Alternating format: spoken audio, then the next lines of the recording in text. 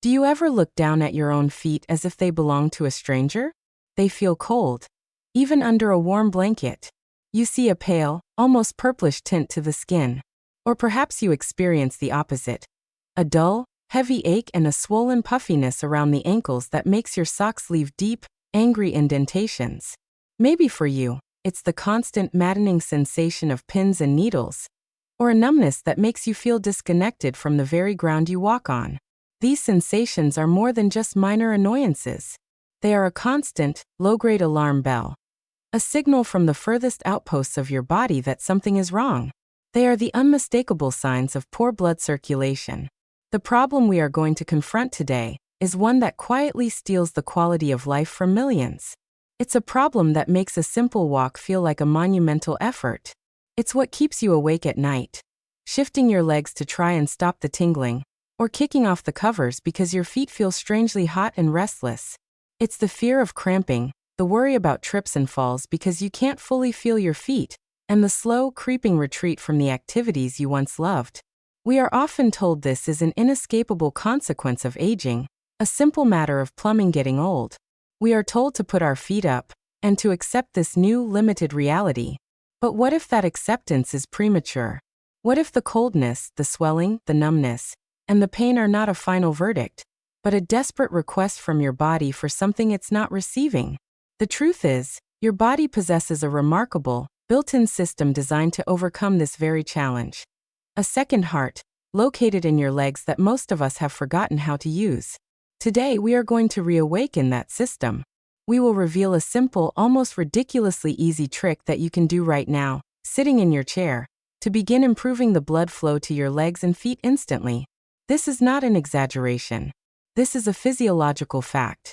From there, we will build a complete roadmap to reclaim the health of your entire circulatory system, using gentle movements, natural techniques, and simple lifestyle shifts. This is your guide to turning cold, numb, and aching legs back into warm, vibrant, and reliable foundations for a full and active life. To solve this problem, we must first understand the incredible journey your blood takes every single minute of every day. Think of your heart as the magnificent central pump of a vast and intricate city. With each powerful beat, it pushes oxygen-rich, nutrient-filled blood out into a massive highway system of arteries. These arteries branch out, getting smaller and smaller, carrying this life-giving fuel down your legs, all the way to the tips of your toes. This part of the journey, the trip down, is relatively easy. The heart is a powerful pump, and it has the help of gravity. The real challenge, and the source of almost all our circulatory problems, is the return journey. Now that blood, having delivered its oxygen and nutrients, needs to get back to the heart and lungs to be refreshed. This journey is a grueling, uphill battle against the constant pull of gravity. Your heart, all the way up in your chest, is not powerful enough to suck the blood all the way back up from your feet on its own. It needs help. And this is where the genius of the human body comes in. You have a second heart, located in your calf muscles. Every time you take a step, or even just flex your foot, your powerful calf muscles contract. This contraction squeezes the deep veins that are woven through them. This squeezing action literally pumps the blood upward, from one section to the next, defying gravity. To aid in this process, your veins are lined with a series of tiny one-way valves. As the blood is pushed upward by your calf muscle pump, these valves open to let it pass. Then they snap shut to prevent it from flowing backward. It's an incredible system of locks, ensuring the blood only travels in one direction. Back to the heart. So what goes wrong? As we age, a few things can happen. First, the walls of our veins can lose some of their elasticity, and these delicate valves can become weak or damaged. When the valves don't close properly, blood can leak backward and begin to pool in the lower legs. This is what causes the heavy, achy feeling, the swelling, and the visible varicose veins. Second, and most critically, our lifestyle often changes. We become more sedentary. We sit for longer periods. When we are not walking or moving regularly, our second heart is dormant. The calf muscle pump is not being activated. The blood just sits there, pooling in our lower legs, becoming stagnant and deoxygenated. The tissues are starved of fresh blood, which is why your feet feel cold and numb. And the buildup of waste products and fluid, is why they feel swollen and painful. The simple, profound truth is this. To improve circulation in your legs and feet, you must wake up your second heart. And the trick to do that, the one you can do instantly, is the very first thing we are going to learn. I want you to try this with me right now as you are sitting and watching. Sit comfortably in your chair with your feet flat on the floor. Now simply lift your heels off the floor as high as you can, while keeping the balls of your feet on the ground. You should feel a gentle tightening in your calf muscles. Hold it for a moment. Now lower your heels back down. Next, keep your heels on the floor, and lift your toes and the balls of your feet up towards your shins. Feel the muscles on the front of your lower legs engage. Now lower your feet back down. That is one repetition of what is called the ankle pump or a heel-toe raise. Let's do it again. Heels up and down. Toes up and down. As you are doing this simple, gentle movement, I want you to visualize what is happening inside your leg. With every single lift of your heels, you are manually contracting your calf muscle. You are squeezing those deep veins and physically pumping that stagnant, pooled blood upward, past those one-way valves, on its journey back to your heart. With every lift of your toes, you are activating the muscles on the front of the leg, further stimulating the flow. You are, in this very moment, becoming the operator of your own personal circulatory pump. You are doing for your legs what your heart cannot do on its own. This is not a theory, it is a mechanical reality. This is the single most powerful, immediate thing you can do to combat poor circulation. Do this for just 1 minute, and you are sending wave after wave of blood back towards your core, making room for fresh, warm, oxygenated blood to flow back in. This is the instant trick. Make it a habit. Every time you are sitting for more than a few minutes, watching television, reading a book, talking on the phone, do 1 minute of ankle pumps. Now that you have learned the foundational movement, let's expand upon it to bring even more life and circulation to your feet.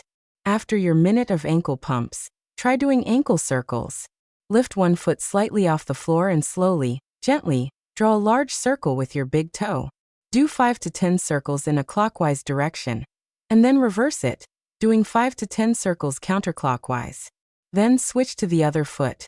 This movement takes the ankle through its full range of motion, activating all the small stabilizing muscles, and further encouraging the flow of both blood and lymphatic fluid.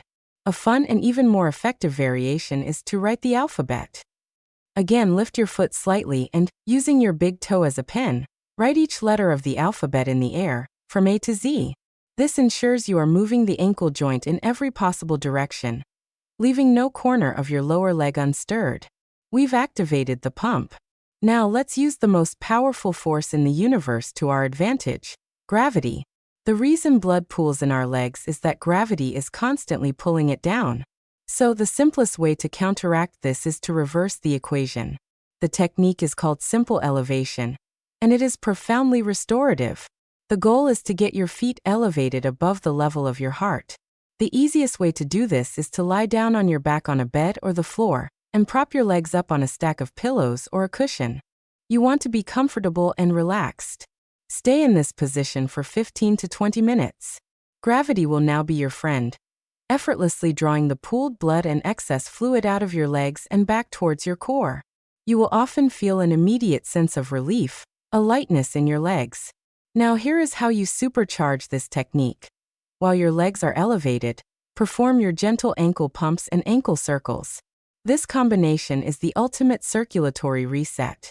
You have gravity pulling the fluid down, and you have your muscle pump actively pushing it along. It is an incredibly powerful, synergistic therapy that you can do every single day. The third instant relief technique is gentle self-massage. Your touch can be a powerful tool for waking up dormant tissues and manually stimulating blood flow. The most important rule of circulatory massage is to always stroke in the direction of the heart. You are helping the blood on its return journey. Start at your ankle. Using a light, gentle pressure with the palm of your hand, perform long, smooth strokes up your shin and calf, all the way to your knee. Never press hard, especially if you have varicose veins. The touch should be soothing, not painful. After a few long strokes, you can use your fingertips to gently knead the thick, muscular part of your calf. This helps to release tension in the muscle, allowing the veins within it to open up more fully. And we cannot forget the feet themselves. The soles of your feet are packed with thousands of blood vessels and nerve endings. A wonderful way to stimulate them is to use a simple tennis ball. While seated, place a tennis ball on the floor under one foot. Gently roll your foot back and forth over the ball, from your heel to your toes.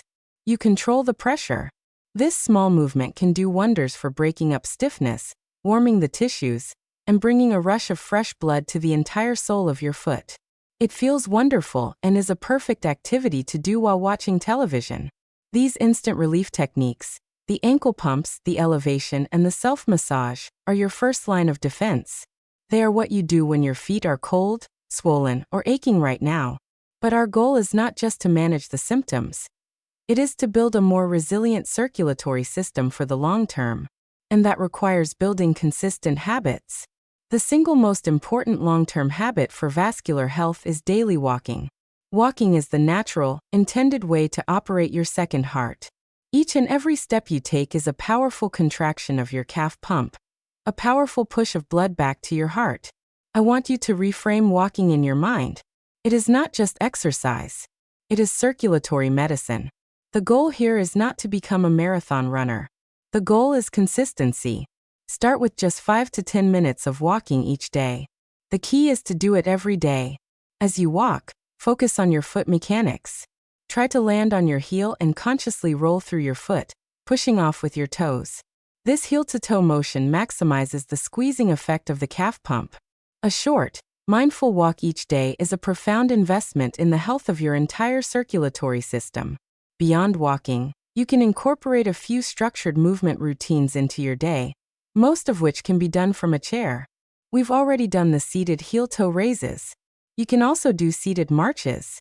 While sitting tall, simply lift one knee up a few inches, as if marching in place, and then the other. This engages the larger muscles of the thigh, which also helps to pump blood through the major femoral artery and vein. Just as important as strengthening is stretching. Chronically tight muscles can act like a clamp on the blood vessels that run through them, constricting the flow of blood. The calf muscle is a primary culprit. To perform a gentle seated calf stretch, sit on the edge of your chair and extend one leg out straight, with your heel on the floor and your toes pointing up. Now, keeping your back straight, gently lean forward at your hips until you feel a light stretch in the back of your lower leg. Hold for 20 to 30 seconds, breathing deeply, and then switch sides. Releasing this tension can open up the venous pathways and provide significant relief. Now we must turn our attention to what we are putting inside our bodies, as it has a direct impact on the health and function of our circulatory system. The first and most critical component is hydration.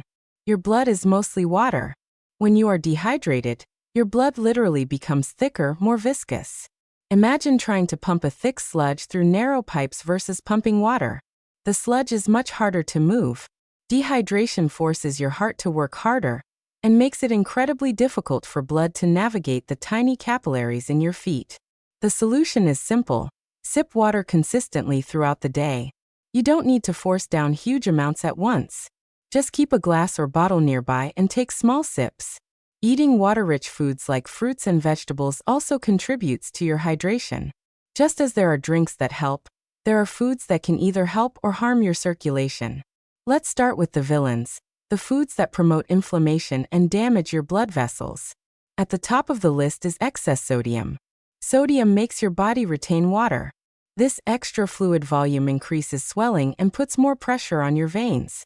The biggest sources of sodium are not usually from the salt shaker, but are hidden in processed foods, canned soups, frozen dinners, and cured meats. Reading labels is key. The second villain is excess sugar and refined carbohydrates.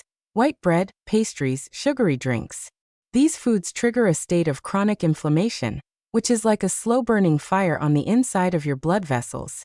This inflammation damages the delicate lining of your arteries and veins, making them stiff and less able to relax and expand. Now for the heroes, the foods that nourish and protect your vascular system.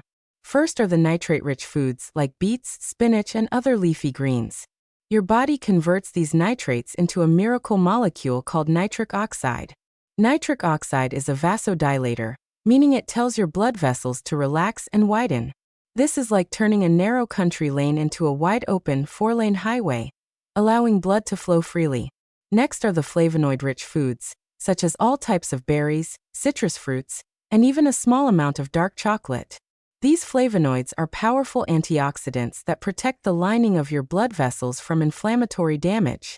Omega-3 fatty acids, found in fatty fish like salmon, walnuts, and flax seeds, are also potent anti-inflammatories that help to keep your blood flowing smoothly.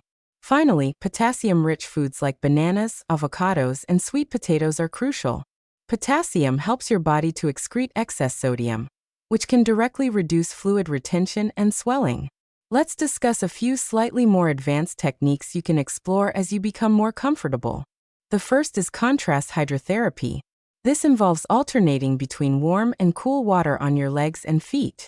The warm water causes the blood vessels to dilate or open up, bringing blood to the surface.